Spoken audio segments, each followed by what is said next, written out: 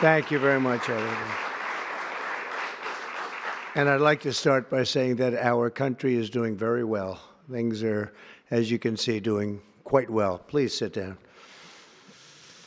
Before we begin, I just want to announce that I signed a proclamation a few moments ago honoring the 250th anniversary of Patrick Henry's famous speech to the Second Virginia Convention, in which he declared very well-known, very famous words, "Give me liberty or give me death." Has anyone heard the phrase? I think most of you have.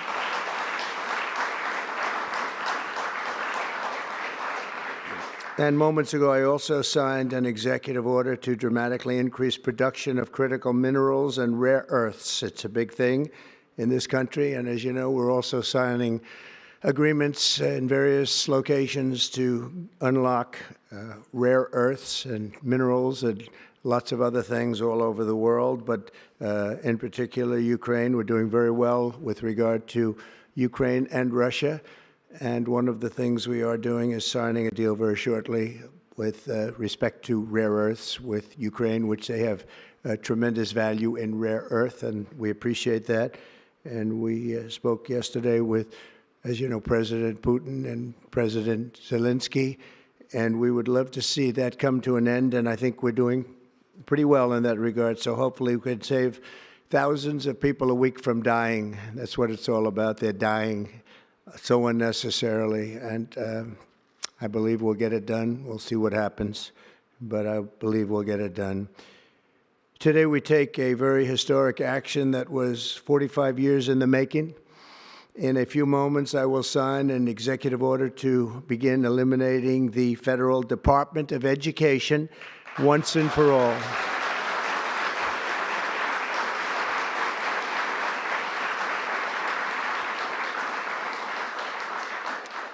And it sounds strange, doesn't it? Department of Education, we're going to eliminate it, and everybody knows it's right. And the Democrats know it's right, and I hope they're going to be voting for it, because ultimately it may come before them, but everybody knows it's right, and we have to get our children educated. We're not doing well with the world of education in this country, and we haven't for a long time. And we're pleased to be joined today by the woman who I chose because she's an extraordinary person. And hopefully she will be our last Secretary of Education, Linda McMahon. Linda, thank you. Thank you very much. That's another interesting statement. It's an interesting opening, right?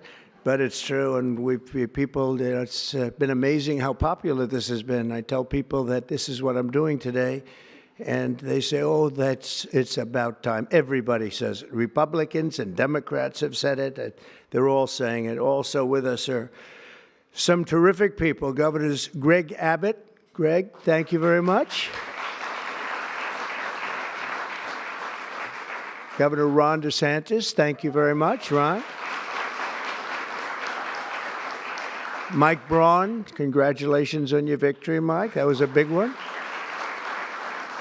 Mike DeWine, thank you very much, Mike. Jeff Landry. Jeff, thank you very much, Jeff. Bill Lee, thank you. Governors, all governors. Brad Little. Brad, thank you very much. Where are you, Brad? Hi, Brad. Jim Pilan, thank you very much, Jim. And Kim Reynolds. These are all people very interested in education.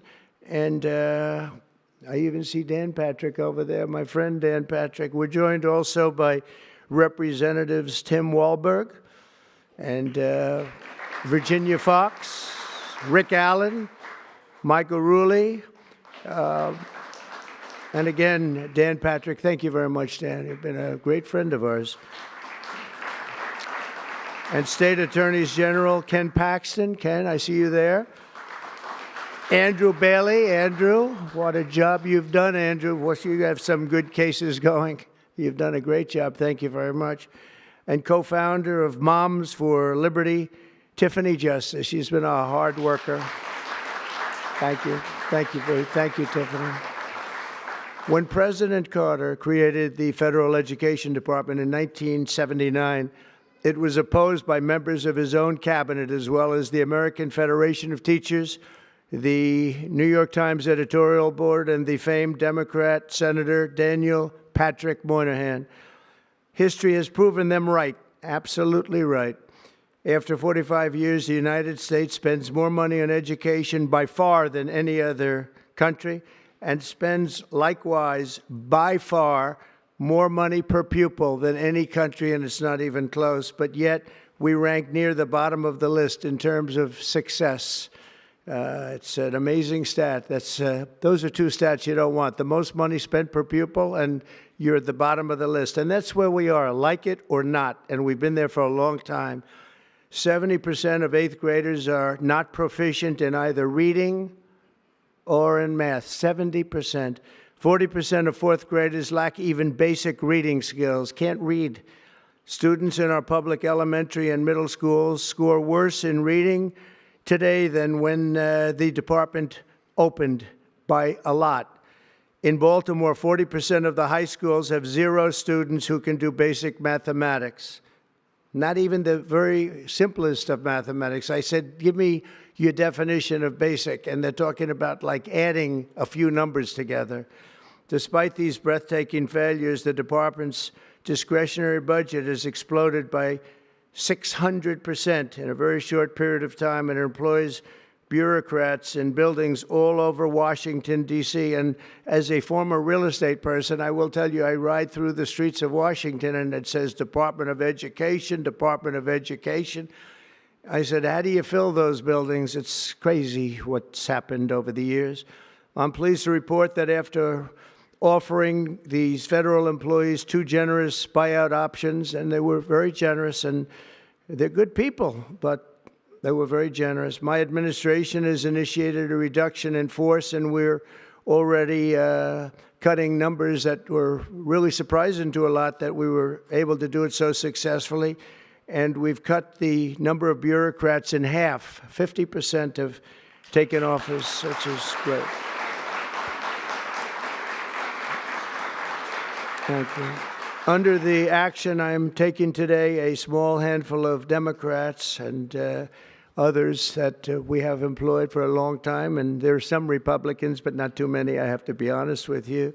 But the department's useful functions, and such as, and they're in charge of them: Pell Grants, Title I funding, resources for children with disabilities and special needs will be preserved, fully preserved. They're all going to be so. If you look at the Pell Grants, it's supposed to be a very good program. Title I funding and resources for children with special disabilities and special needs, they're going to be preserved in full and redistributed to various other agencies and departments that will take very good care of them. And that's very important to Linda, I know, and it's very important to all of us. But beyond these core necessities, my administration will take all lawful steps to shut down the department. We're going to shut it down, and shut it down as quickly as possible. It's doing us no good. We want to return our students to the states, where just some of the governors here are so happy about this. They want education to come back to them, to come back to the states, and they're going to do a phenomenal job. You know, if you look, Denmark, Norway, Sweden, I have to tell you, I give them a lot of credit. China's top 10. And so we can't now say that bigness is making it impossible to educate, because China is very big.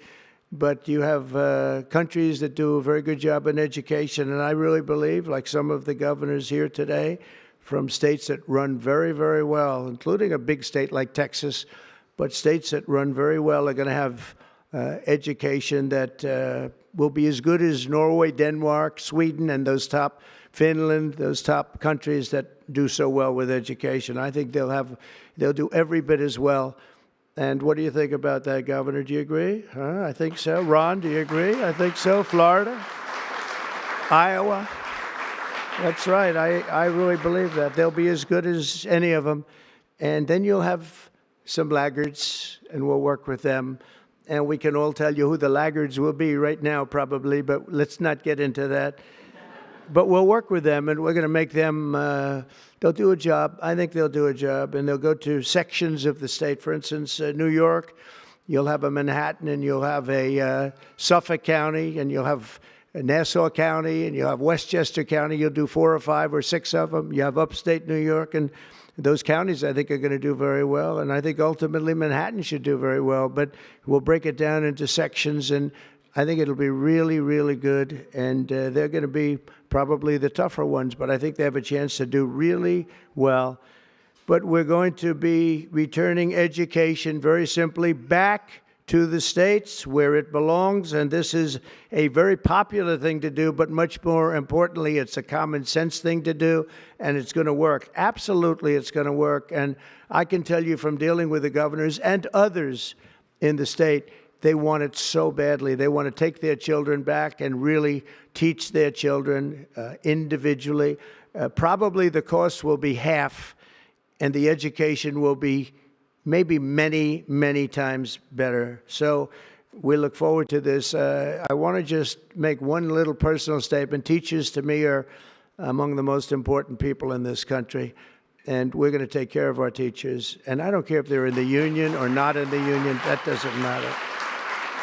But we're going to take care of our teachers, and I believe the states will take actually better care of them than they are taken care of right now. They'll work all sorts of systems and even merit systems. Those great teachers are going to be maybe a little bit better rewarded, or maybe that's the way it should be, but the states are going to make that decision. But we're going to love and cherish our teachers along with our children, and they're going to work with the parents, and they're going to work with everybody else, and it's going to be an amazing thing to watch, and it's really going to be something special. And Linda, you're presiding over something that's so important, and you're going to do a fantastic job, just like you have your whole life. I know your whole life I've been watching you. I've been watching you for a long time. She's had nothing but success. So it's tremendous to have you, and hopefully you won't be there too long, but we're going to find something else for you, Linda, okay? So this will conclude what we are talking about with respect to our most cherished group of people, and that's our children. We want to have our children well educated. We want them to love going to school. We have examples of it. Look at those beautiful, bright-eyed faces. They are so smart. They're so smart. And with that, I'm going to come down, and we're going to sign a very important document, and we're going to be on our way. People have wanted to do this for many, many years, for many, many decades. And I don't know, no president ever got around to doing it, but I'm getting around to doing it. So thank you very much.